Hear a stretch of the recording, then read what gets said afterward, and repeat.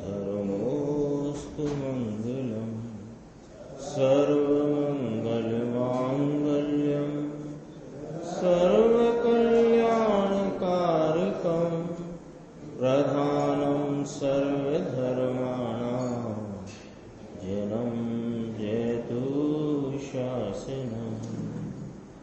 मैं नमो तीर्थनायक को, नमो ओंकार वाणी को, नमो उनकुंद प्रभु को जिन्होंने ओंकार धारण की। अहो उपकार जिनवर का, कुंद का दिव्य वाणी का, जिन कुंद ध्वनि दाता उनका हान स्वामी का। रमियून जिणम वीरम अनंत वर्णान दंसन सहावम भोक्ष्यामिनियम सारम केवली शुद्ध केवली भरदम।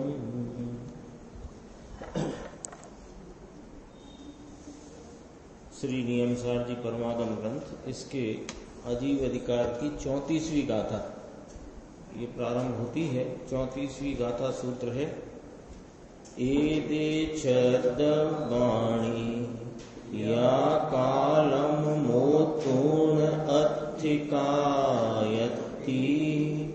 नित्तिष्ठा जिन समय कायाहु बहुपदे सत्तम।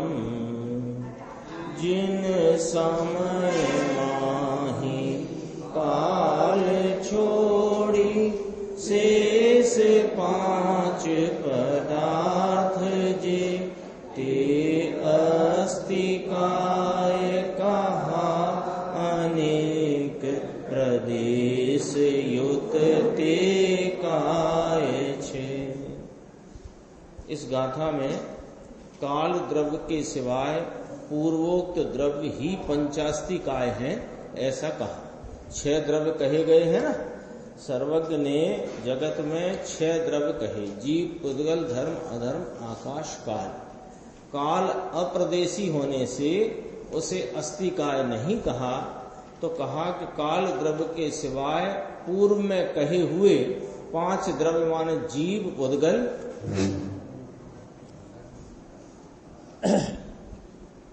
जीव, पुद्गल, धर्म, अधर्म, आकाश, ये 5 अस्तिकाय हैं।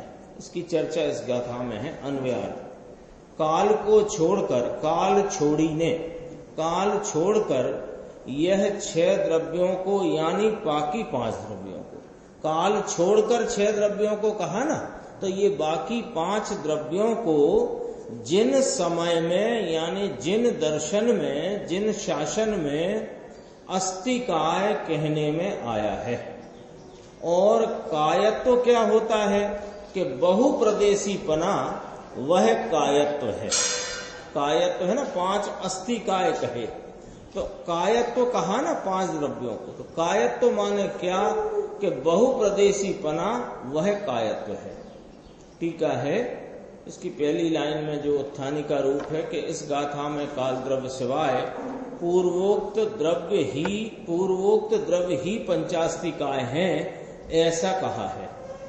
यहाँ इस विश्व में काल द्वितीयादि प्रदेश रहित यानी कि एक के से अधिक प्रदेश बिना का है। काल द्रव्य द्वितीयादि प्रदेश रहित माने द्वितीय प्रदेश है नहीं उसका, तो काल एक प्रदेशी है यानी अधिक प्रदेशी बिना का है।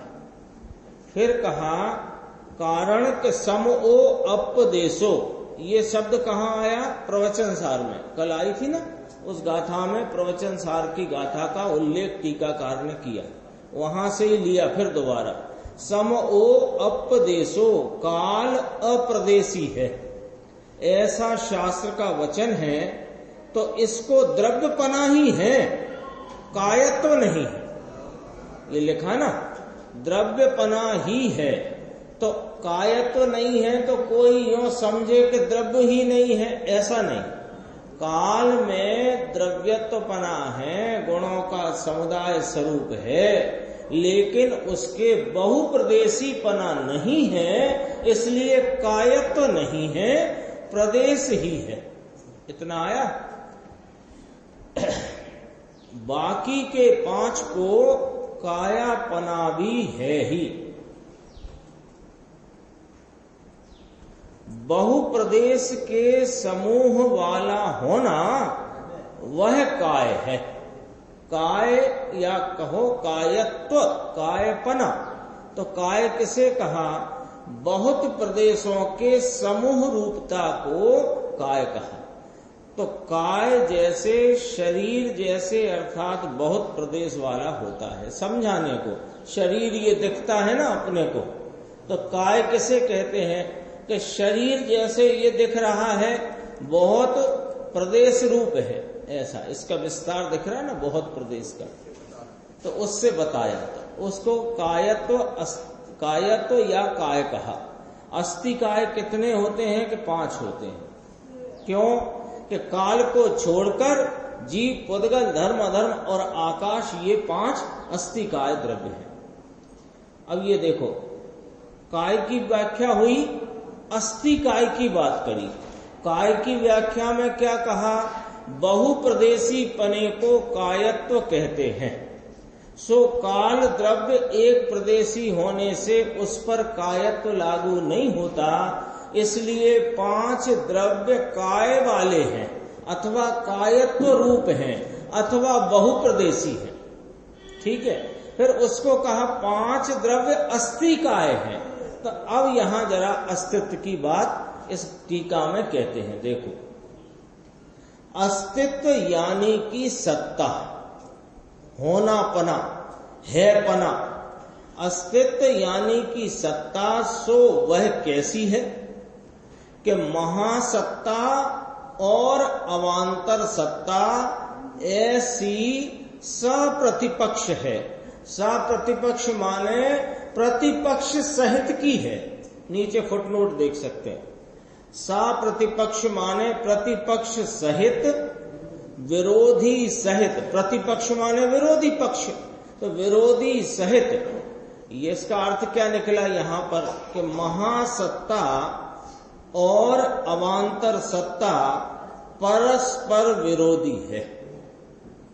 कैसे कि वो देखो यहां दिखाते हैं कि समस्त वस्तु विस्तार में व्यापने वाली वह महासत्ता है, और प्रतिनियत वस्तु में व्यापने वाली वह अवांतर सत्ता है। जगत है ना, जगत, तो जगत में कितने द्रव्य हैं कि जाति अपेक्षा 6 और संख्या अपेक्षा अनंत। ठीक है।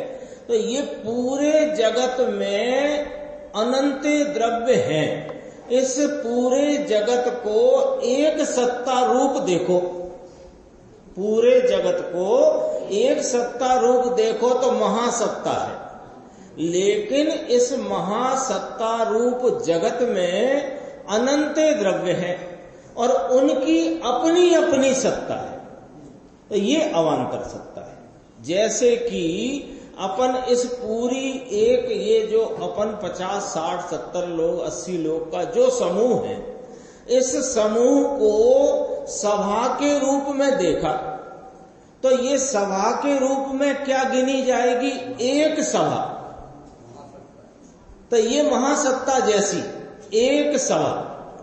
और यहाँ भाई साहब, ये संजय भाई साहब, ये निर्देश भाई साहब, ये सबकी सत्ता जुदा जुदा है कि एक ही सत्ता बन गई है सबकी?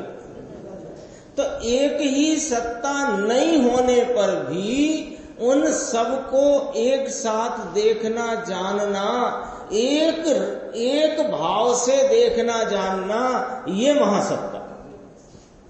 और सबकी अपनी अपनी प्रतिनियत का फुटनोट भी देखेंगे। प्रतिनियत माने नियत, निश्चित, अमुक ही। अमुक की सत्ता सभा की सत्ता से प्रतिपक्ष है।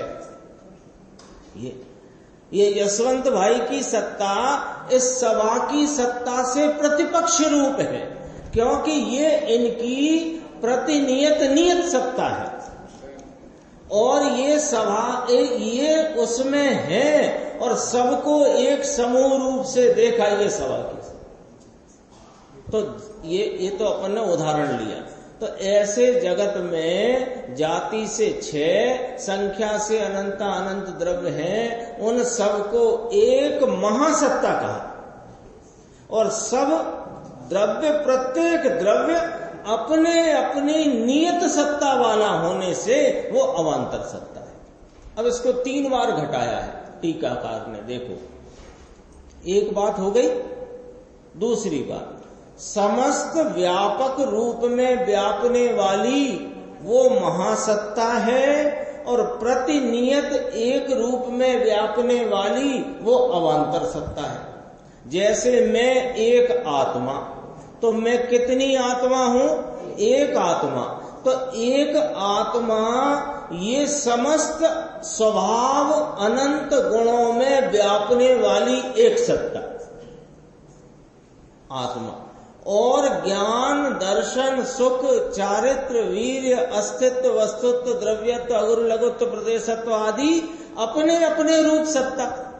तो ऐसे उन गुणों की अवांतर सत्ता और गुणों के समुदाय स्वरूप एक द्रव्य की महासत्ता। तीसरी बात, अनंत पर्यायों में व्यापने वाली वह महासत्ता है और प्रतिनियत एक पर्याय में व्यापने वाली वह अवांतर सत्ता है। ये क्या हुआ? अनंत पर्याय कौन सी है इसमें? क्या निर्देश भाई? सत्ता है ना, ये आत्मा की सत्ता। आत्मा की सत्ता तो ये महासत्ता, अनंत गुणों की सत्ता वह उन रूप सत्ता होने से अवांतर सत्ता। अब अनंत पर्याय कौन सी लेना? 3 काल की नहीं लेना, ध्यान रखना। पर सत्ता की बात चलती है तो वर्तमान सत्ता रूप अनंत गुणों की व्यक्तता के अनंत भाव, तो अनंत गुणों की व्यक्तता के अनंत भावों का एक अभेद व्यक्तपना वह महासत्ता और उनके उन रूप व्यक्तता की भावों की अवांतर सत्ता एक एक गुण की। जैसे इस समय ये आत्मा का एक परिणाम व्यक्त है कि अनंत परिणाम व्यक्त है? आराम से विचार करके बोलना। एक परिणाम व्यक्त है, आराम से विचार करके बोलना। इसलिए कहा मैं, देखो देखो देखो, ये आत्मा एक द्रव्य, इसका एक वर्तमान परिणाम, वो एक वर्तमान परिणाम में अनंत गुणों के भावों की व्यक्तता है। तो एक परिणाम महासत्ता रूप व्यक्तता और उसमें अनंत गुणों की, ज्ञान की, दर्शन की, सुख की, चारित्र की, वीर की, अस्तित्व की, वस्तुत्व की आदि अनंत गुणों की उस समय की वर्तमान पर्याय रूप व्यक्तता, वो अपने अपने रूप है, वो अवांतर सत्ता। हाँ, तो वहां गुणों से कहा। गुणों में ऐसे अपन सोचें कि जब गुणों से कह दिया था तो पर्याय से क्यों कहा? कि गुण ऐसे के ऐसे त्रिकाली रहे हैं और पर्याय व्यक्त होती है विविध भावों से, इसलिए वो अलग भाव है, गुण अलग भाव है। ये तो देखो, मुनिराज के अंतरंग में वस्तु स्वरूप की व्याख्या करते समय क्या उनके विकल्प आवे और क्या उनके उस समय क्षयोपशम की खिलावट होवे। जो उनके क्षयोपशम की उस समय में खिलावट है और निमित्त नैमित्तिक रूप से वैसा विकल्प है और निमित्त नैमित्तिक रूप से वैसी वहां पर कथनी हो गई, ऐसा है। देखो, तो पदार्थों की अस्थि, यहां तो अभी क्या अस्थि काय शब्द आया। देखो सूत्र को पकड़ते हैं, सूत्र में क्या लिखा है? सूत्र में लिखा है जिन समय माही, जिन समय, हरि गीत से ही पढ़ लेते हैं। जिन समय माही जिन शासन में काल को छोड़कर शेष 5 जो पदार्थ हैं वे अस्ति काय कहे हैं। और अनेक प्रदेश युक्तता वह काय है। तो कायपना किसको कायपने की परिभाषा क्या निकल करके आई कि बहुप्रदेशी पने को काय कहते हैं। ठीक है, काल द्रव्य कितने प्रदेशी है? एक प्रदेशी है, इसलिए वह कायत्व नहीं है। तो अब बचे कितने के 5, तो 5 को कायत्व कहो पहले। 5 कायत्व रूप हैं, और कायत्व रूप क्या? कायत्व रूप है तो अस्थि है, तो 5 अस्थि काय कहलाए। नीचे कहा देखो टीका में, अस्थि ऐसा भाव वह अस्तित्व है, उसका हैपना, उसका होनापना। इस अस्तित्व से और कायत्व से सहित 5 अस्थि काय हैं। काल द्रव्य को अस्तित्व ही है, कायत्व नहीं। कारण कि काय की भांति उसके बहुप्रदेशों का अभाव है। गुरुदेव के प्रवचन में यही बात रिपीट हुई है। अपन थोड़ा सा ये सत्ता वाला जो प्रकरण है वो पढ़ लेते हैं। 465 पेज पर देखो, 2 पैराग्राफ है। अस्तित्व यानी सत्ता, होना पना वह सत्ता। कैसी है वह? महासत्ता और अवांतर सत्ता। इसमें ऐसी सप्रतिपक्ष है। सप्रतिपक्ष माने विरोध सहित है। विरोध सहित है माने लड़ाई झगड़े वाली नहीं, उनमें प्रतिपक्षपना है, उनमें विरोधी विपक्षपना है, ऐसा बस। महासत्ता अवांतर सत्ता परस्पर विरोधी है।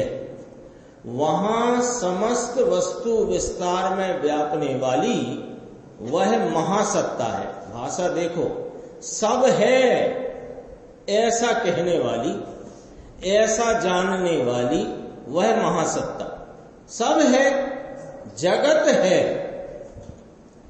जगत है तो जगत है तो जगत अलग है और जीव पुद्गल धर्म अलग है, ऐसा नहीं। लेकिन जगत है, सब है ऐसा कहने वाली, जानने वाली वह महासत्ता। इसका मतलब ये नहीं कि एक ही सत्ता सब में व्याप्ति है, ये नहीं। ये वेदांती ऐसा मान बैठे, एक महासत्ता है।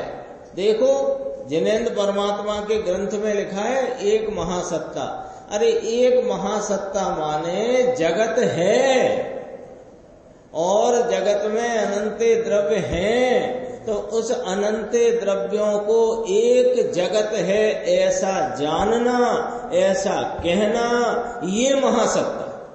लेकिन सब द्रव्य एक दूसरे में व्याप गए हैं, ऐसी कोई महासत्ता है क्या? कि ना, ऐसी नहीं। फकत है, फकत माने मात्र इतना कि है। समस्त वस्तु विस्तार में व्यापने वाली वह महासत्ता है, ऐसी भाषा है। सब चीज में एक ही सत्ता व्यापी है ऐसा नहीं, लेकिन सब द्रव्यों में है सत्ता तरीके। अपन ने शायद प्रवचन सार में भी आता है उदाहरण, एक आम्र वन का आया उदाहरण, उसमें वन का उदाहरण। उसमें ऐसे वन है तो वन है, उसमें हजारों पेड़ हैं, तो हजारों पेड़ हैं, कोई आम के कोई अमरूद के, तो हजारों पेड़ हैं, तो वो सबको एक वन के रूप में कहना जानना, और ये आम, ये अमरूद, ये जामुन, ऐसे महासत्ता अवांतर सत्ता की चर्चा वहां पर करी गई है इस उदाहरण से।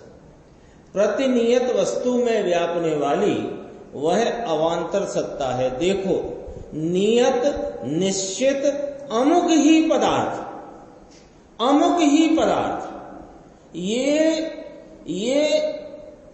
टेबल ही ऐसे, तो ये इसकी सत्ता अलग और कुर्सी की सत्ता अलग, ऐसे मोटे मोटे देखते हैं।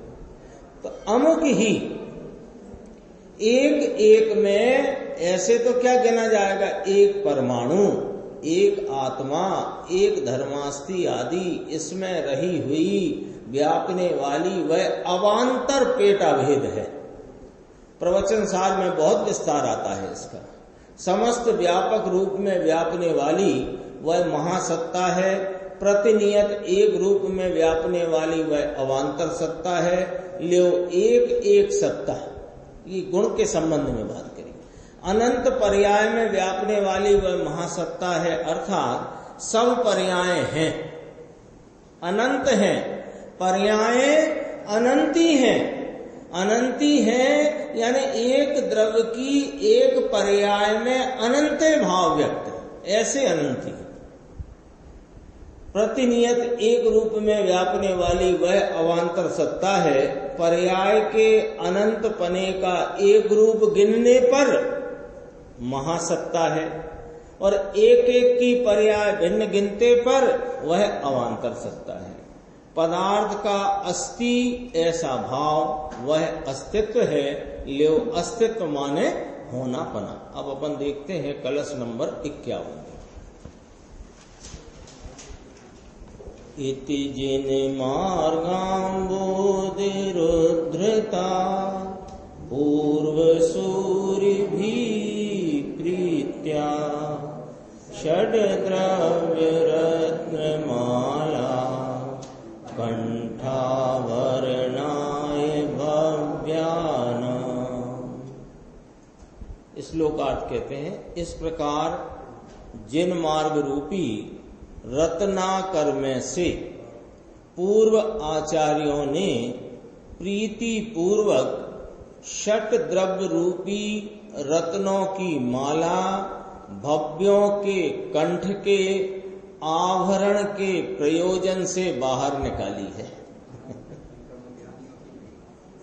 पूर्वाचार्यों की महिमा कहते हैं, जिन शासन की महिमा कहते हैं, जिन शासन क्या है ये कहते हैं, सब कहते हैं कि नहीं। देखो दोबारा से, इस प्रकार ये जो वर्णन चलता आया है ना, इस प्रकार जिन मार्ग रूपी रत्नाकर में से, ये देखो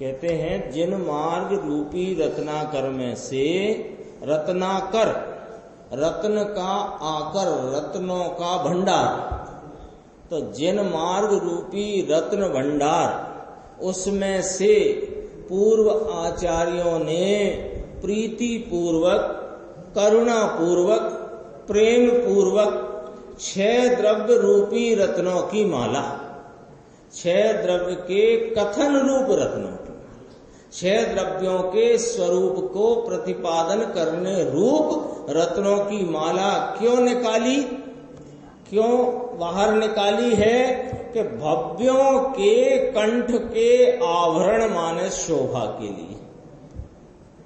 भव्यों को शोभित होते हैं ये 6 द्रव्य का वस्तु स्वरूप भव्यों को शोभित होता है। क्यों कि भव्य जीव ही जान पाते हैं, और कौन जानेगा। भव्य जीव ही इस वस्तु के स्वरूप को जान पाते हैं। देखो गुरुदेव ने भी इसमें संक्षेप लिया, पढ़ लेते हैं। इस प्रकार जिन मार्ग रूपी रत्नाकर में से देखो, वीतराग सर्वज्ञ के जिन मार्ग रूपी वीतराग मार्ग रत्नाकर में से बड़ा दरिया है, जैन मार्ग रूपी रत्नाकर बड़ा दरिया, दरिया नाम समुद्र है। पूर्व आचार्यों ने प्रीति पूर्वक, फिर ऐसा लिया कि ये सब पूर्व आचार्य हो गए हैं ना, कुंद कुंद आदि, इन्होंने षट द्रव्य रूपी रत्नों की माला, इतना तो स्पष्ट किया है। श्रीमद को नियमसार हाथ नहीं आया था, ये नियमसार परमागम श्रीमद को नहीं मिल पाया था। हाँ, ग्रंथों की अब तो कितनी सहूलियत हो गई, पहले तो इतने आसान थे नहीं। हस्तलिखित होते थे, उनकी कोई कॉपी कर करके मंदिर में रहती थी। वो एक व्यक्ति पढ़ता हो तो दूसरा नहीं पढ़ सकता था, क्योंकि एक प्रति होगी, दो प्रति होंगी मंदिर में, और कोई मंदिर में होगी और कोई मंदिर में नहीं होगी। ऐसी स्थिति थी ना, तो उनको नहीं मिला था। और उनका जीवन भी बहुत थोड़ा था, 33 वर्ष का जीवन था, नहीं मिला था नियमसार। तो गुरुदेव को थोड़ा ऐसा लगता है कि ये महान ग्रंथ भी वो उनको मिला होता तो कुछ और भी उसमें स्पष्टीकरण श्रीमद की तरफ से आया होता, ऐसा कहने में जरा ख्याल में आया। रत्नाकर में से पूर्व आचार्यों ने प्रीति पूर्वक षट द्रव्य रूपी रत्नों की माला भव्यों के कंठ के आभरण के अर्थ से, प्रयोजन से बाहर निकाली है। रत्नों की माला, ये रत्नों की माला है मुकेश जी। क्या रत्नों की माला है? ये 6 द्रव्यों के स्वरूप का प्रतिपादन। ये रत्न है, वे हीरा माणिक पन्ना, ये रत्न नहीं, वे पत्थर है।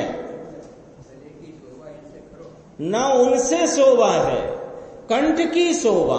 अरे जिसके चित्त में 6 द्रव्यों का स्वरूप विराजता है, उसमें समाया हुआ है, जिसके प्रतिपादन में, जिसके कंठ में से 6 द्रव्यों का प्रतिपादन निकलता है, वो कंठ की शोभा है। 6 द्रव्य, उसमें ही 7 तत्व समा जाते हैं, है ना। 6 द्रव्य 7 तत्व हो गया जैन शासन, हो गया जैन शासन। द्वादशांग में बस इतना, 6 द्रव्य और 7 तत्व, उसी को थोड़ा और विस्तार किया तो 9 पदार्थ। षट द्रव्य का ज्ञान, देखो लिखा है, ज्ञान रूपी भाव इसकी शोभा है। षट द्रव्य का ज्ञान वह शोभा है। यथार्थ ज्ञान षट द्रव्य का, ये ज्ञान की पर्याय की शोभा है। इसलिए ये 6 द्रव्य का ज्ञान होना, ये भव्य जीव के कंठ का आभरण है। आभरण माने आवरण नहीं, आभरण माने शोभा। आभरण शोभा, वस्त्रावरण कहते ना, वस्त्रों की शोभा, ऐसे आभरण माने शोभा। इसके लिए कहा है, गाथा 35 और गाथा 36 दोनों साथ में है। संखे जा णंत पदे साहवंति मोत्तस्य धम्मा धम्मस्य पुणो जीवस्य असंख्य देसाहु लोयायासे तावम् इदरस्य अनन्तयम् हवे देसा कालस्य नाकायत्तम् एयपदेशो हवे जमहा अणसंख्य अनंत होय प्रदेश मूर्तिक द्रव्य ने अणसंख्य जान प्रदेश धर्म अधर्म ते मज जीवने अणसंख्य लोका काश माही अनंत जान आलोक ने 6 काल एक प्रदेशी तेथी न काल ने कायत्व छे। बोलो 4 लाइन में कितनी बात? चार लाइन की हुई ना 2 गाथाएं, कितनी बात आ गई। इसी में पढ़ लो तो अभी सारा मामला सामने है। देखो, अनसंख्य माने असंख्यात, संख्यात अनंत प्रदेश मूर्तिक द्रव्य को होते हैं, है ना। मूर्तिक द्रव्य है तो मूर्तिक द्रव्य कौन है? पुद्गल एक, तो उसके असंख्यात होते हैं, संख्यात होते हैं और अनंत होते हैं। इसको पुद्गल को स्कंद रूप से देखा गया है। ऐसे तो परमाणु एक प्रदेशी है, लेकिन परमाणु ये समूह में रहता होने से उसके संख्यात प्रदेशी, असंख्यात प्रदेशी, अनंत प्रदेशी स्कंद होते होने से मूर्तिक द्रव्य को 3 प्रकार के प्रदेशों की बात कही गई। और अणसंख्य माने असंख्यात प्रदेश कौन के कहे? कि धर्म के, अधर्म के और जीव के।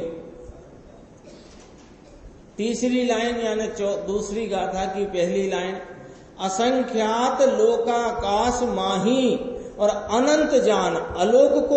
अब आकाश की बात कही कि लोकाकाश असंख्य प्रदेशी और आलोक को अनंत प्रदेश रूप जानना। और काल के 6 काल एक प्रदेशी, इसलिए काल को कायत्व नहीं है। अन्वय अर्थ देखो, मूर्त द्रव्य को संख्यात, मूर्त द्रव्य को संख्यात, असंख्यात और अनंत प्रदेश होते हैं। धर्म अधर्म ऐसे ही जीव को वास्तव में असंख्यात प्रदेश हैं। लोकाकाश के विषय धर्म अधर्म ऐसे ही जीव की भांति असंख्यात प्रदेश हैं। ये क्या कैसे बताया? लोकाकाश के विषय, तो लोकाकाश और अलोकाकाश 2 आकाश तो है नहीं, एक ही आकाश है और वो अनंत प्रदेशी है। लेकिन जहां धर्म अधर्म और जीवादि द्रव्य हैं, वह जो आकाश का क्षेत्र लोकाकाश कहलाता है। तो वो धर्म अधर्म वे असंख्यात प्रदेशी है, ऐसे ही लोकाकाश असंख्यात प्रदेशी है। ऐसा करके समझाया। कोई लोकाकाश असंख्यात प्रदेशी और अलोकाकाश अनंत प्रदेशी, ऐसे करके 2 आकाश नहीं। आकाश एक अखंड द्रव्य अनंत प्रदेशी है। उसमें जहां धर्म अधर्म और जीवादि अन्य पदार्थ हैं, वो लोकाकाश है। वो धर्म द्रव्य असंख्यात प्रदेशी, ऐसे ही लोकाकाश असंख्यात प्रदेश वाला है। और शेष रहा अलोक, वो अनंत प्रदेश। काल को कायपना नहीं, कारण कि यह एक प्रदेशी है। इसमें 6 द्रव्यों के प्रदेश का लक्षण और उनके संभव का प्रकार कहा गया है। ये क्या बात हुई? संभव का प्रकार, अर्थात इस गाथा में प्रदेश का लक्षण, ऐसे ही 6 द्रव्यों के कितने कितने प्रदेश होते हैं, ये कहा गया है। शुद्ध पुद्गल परमाणु द्वारा रोका गया आकाश स्थल स्थान, वो ही प्रदेश है। तो पहले तो प्रदेश की व्याख्या कर दी। प्रदेश की व्याख्या पहले भी आ गई, यहां भी कही। क्या? शुद्ध पुद्गल परमाणु वो मूर्तिक है। पुद्गल परमाणु मूर्तिक है, तो वो मूर्तिक पुद्गल परमाणु द्वारा रोका गया आकाश का जितना स्थान है, वो एक प्रदेश है, वही प्रदेश है। अर्थात शुद्ध पुद्गल रूप परमाणु आकाश के जितने भाग को रोकता है, उतना भाग वह आकाश का प्रदेश है। पुद्गल द्रव्य के ऐसे प्रदेश संख्यात, असंख्यात और अनंत होते हैं। यानी यदि देखो तो पुद्गल में चारों लागू पड़े, एक प्रदेशी पना भी लागू पड़ा, संख्यात भी, असंख्यात भी और अनंत भी। कैसे? कि जो शुद्ध पुद्गल परमाणु है, जो कि वास्तव में पुद्गल है, वो तो एक प्रदेशी है, लेकिन वो छुट्टा रहने का उसका स्वभाव नहीं है, उसका बंध जाने का स्वभाव है। तो वह बंधता हुआ स्कंद पर्याय को यानी समान जातीय बंध को प्राप्त होता है। तो ऐसे में उसके 3 प्रकार पड़ते हैं, संख्यात, असंख्यात और अनंत प्रदेश।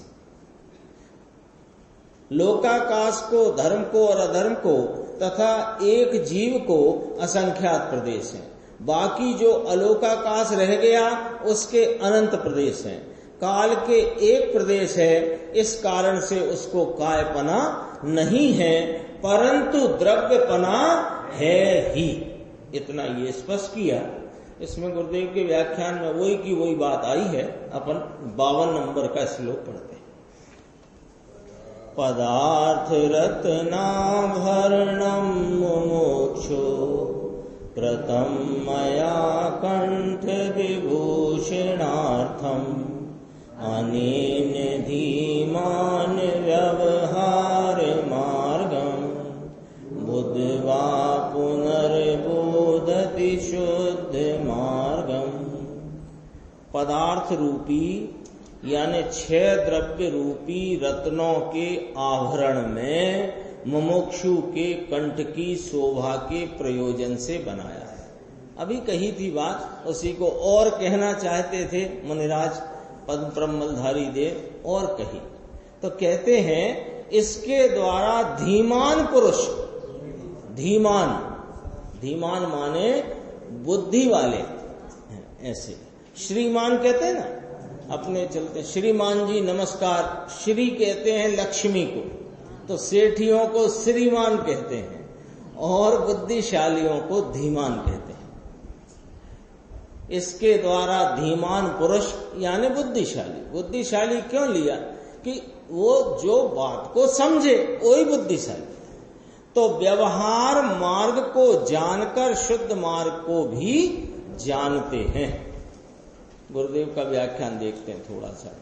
पदार्थ रूपी 6 द्रव्यों रूपी रत्नों का आभरण, मुनि कहते हैं 6 द्रव्य भगवान ने देखे, इनकी व्याख्या करी। ये रत्नों के आभरण में मुमुक्षु के कंठ की शोभा के प्रयोजन से बनाया है। व्यवहार है ये, देखो इसके द्वारा धीमान पुरुष, बुद्धिमान पुरुष व्यवहार मार्ग को जानकर, क्या व्यवहार मार्ग जानकर 6 द्रव्य, इनके प्रदेश, इनकी काय आदि, इनको जानते हैं और शुद्ध मार्ग को भी जानते हैं, शुद्ध मार्ग को भी जानते हैं, ऐसा कहा।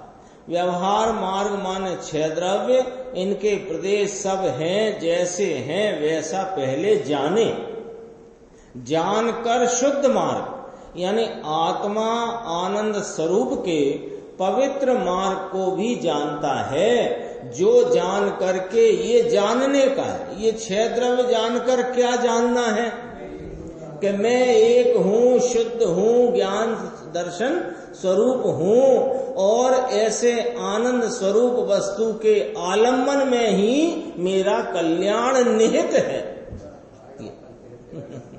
शुद्ध भाव अधिकार आएगा इसके बाद। हाँ, समय सार में 73वीं गाथा आएगी, इसमें अब शुद्ध भाव अधिकार आएगा 38 नंबर गाथा से। वो भी बहुत गंभीर गाथा है। जैसे 3 नंबर गाथा आई थी, 15 नंबर आई थी और अब 38 नंबर आई। शुद्ध मार्ग को भी जानते हैं, वो व्यवहार मार्ग कहा खरा ना, इसलिए शुद्ध आत्मा को जानते हैं ऐसा न कहा। शुद्ध व्यवहार मार्ग को जानते हैं और शुद्ध मार्ग को भी जानते हैं और फिर शुद्ध को जानते हैं, शुद्ध मार्ग को जानते हैं, ऐसा कहा। अब 37वीं अंतिम गाथा अजीब अधिकार की। पोगल दब्बम मुत्तम मोति विरहिया हवंति से साणी चेदन भावो जीवो चेदन गुण वज्जिया शेषा छे मूर्त पुद्गल द्रव्य शेष पदार्थ मूर्त विहीन छे चैतन्य युत छे जीवने चैतन्य वर्जित शेष छे। सब यहीं के यहीं पूरी बात हो गई। देखो, पुद्गल द्रव्य मूर्तिक है, मूर्त है, बाकी के द्रव्य मूर्ति विरहितानी मूर्तत्व रहित हैं। जीव चैतन्य भाव वाला है और बाकी के द्रव्य चैतन्य गुण रहित हैं। यानी 2 प्रकार से 6 द्रव्यों का वर्गीकरण कर दिया। मूर्त अमूर्त पने से और चेतन अचेतन पने से। मूर्त अमूर्त पने में एक पुद्गल मूर्त और सब अमूर्त, एक जीव चेतन और बाकी सब अचेतन। यह अजीव द्रव्य संबंधी कथन का उपसंहार है। वह पूर्वोक्त मूल पदार्थों में पुद्गल मूर्त है, बाकी के अमूर्त हैं, जीव चेतन है, बाकी के अचेतन हैं। स्वजातीय और विजातीय बंध की अपेक्षा से जीव और पुद्गल के बंध अवस्था में अशुद्ध बना होता है। देखो क्या गजब की इसमें बात कहते हैं कि जीव और पुद्गल दो द्रव्य है ना, ये ऐसे चार द्रव्य तो अलग रखो जरा। ये टीका में एक और वर्गीकरण खड़ा हो गया। पहले तो मूर्तिक अमूर्तिक से वर्गीकरण करा, तो एक पुद्गल मूर्तिक, बाकी सब अमूर्तिक। चेतन अचेतन से किया तो चेतन जीव और बाकी सब अचेतन। अब यहां पर उसके अशुद्ध पने और शुद्ध पने से करें जरा वर्गीकरण, तो चार पदार्थ तो विशेष गुण की अपेक्षा से सदा शुद्ध पना ही है, और ये जो जीव और पुद्गल है ये भी शुद्ध ही है, लेकिन बंद अवस्था में इनको क्या अशुद्धपना होता है। तो इनके बंधपना किस प्रकार का होता है कि स्वजातीय और विजातीय। पुद्गल से बंद होकर रहता है, ये स्वजातीय बंधपना, और पुद्गल और जीव एक साथ रहते हैं संयोग में, ये विजातीय बंधपना। ये ऐसी अवस्था में अशुद्धपना है, बाकी तो शुद्धपना ही है। गुरुदेव ने बस वही बात पढ़ी है। एक श्लोक और है इसका 53 नंबर का, ये पढ़ लेते हैं अपन। इति ललित पदानावलिर भाति नित्यम बदन सरस जाते यस्य भव्योत्तमस्य सपदि समय सारस्तस्य हित पुंडरीके लसति निशित बुद्धैकिं पुनश्चित्रम् एतत्। इस प्रकार ललित पदों की पंक्ति जो भव्योत्तम के बदनार बिंद में सदा शोभित है, वह तीक्ष्ण बुद्धि वाले पुरुष के हृदय कमल में शीघ्र समय सार यानी शुद्ध आत्मा प्रकाशित होए, इसमें क्या आश्चर्य है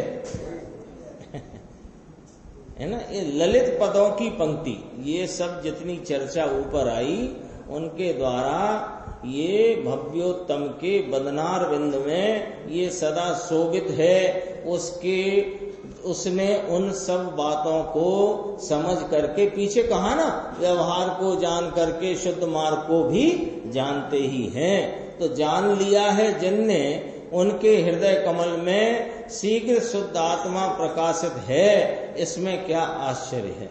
इस प्रकार सुख विजन रूपी कमलों के लिए जो सूर्य समान हैं और 5 इंद्रियों के फैलाव रहित देह मात्र जिनको परिग्रह था, ऐसे श्री पद्म प्रमलधारी देव द्वारा रची हुई, ये पहले भी आ गई ना ये चर्चा, ये मुनिराज की महिमा करी, टीकाकार मुनिराज की महिमा करते।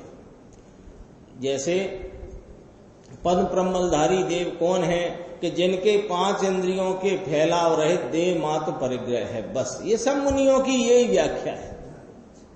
ऐसे श्री पद्म प्रमलधारी देव द्वारा रचित नियम सार की तात्पर्य वृत्ति नाम की टीका में, अर्थात श्रीमद कुंद कुंदाचार्य देव प्रणीत श्री नियम सार परमागम की निर्ग्रंथ मुनिराज श्री पद्म प्रमलधारी देव विरचित तात्पर्य वृत्ति नाम की टीका में अजीव अधिकार नाम का दूसरा श्रुत स्कंद समाप्त हुआ।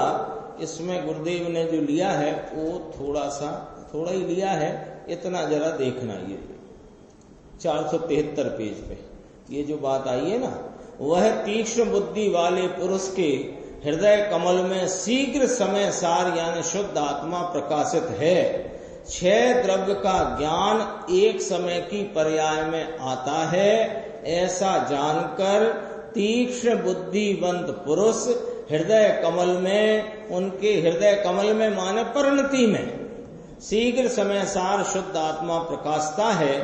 अंतर्मुख होते चैतन्य द्रव्य ज्ञायक भाव आनंद रूप से प्रकाशता है, इसका नाम धर्म है और आत्मा का ज्ञान कहने में आता है। इसमें क्या आश्चर्य है। ऐसे व्यवहार मार्ग को जिसने बराबर जाना है, उनको ये फिर वहां से निकलकर अंतर्मुख में, बदनार बिंद कहा था ना, मुख में शोभित होता है।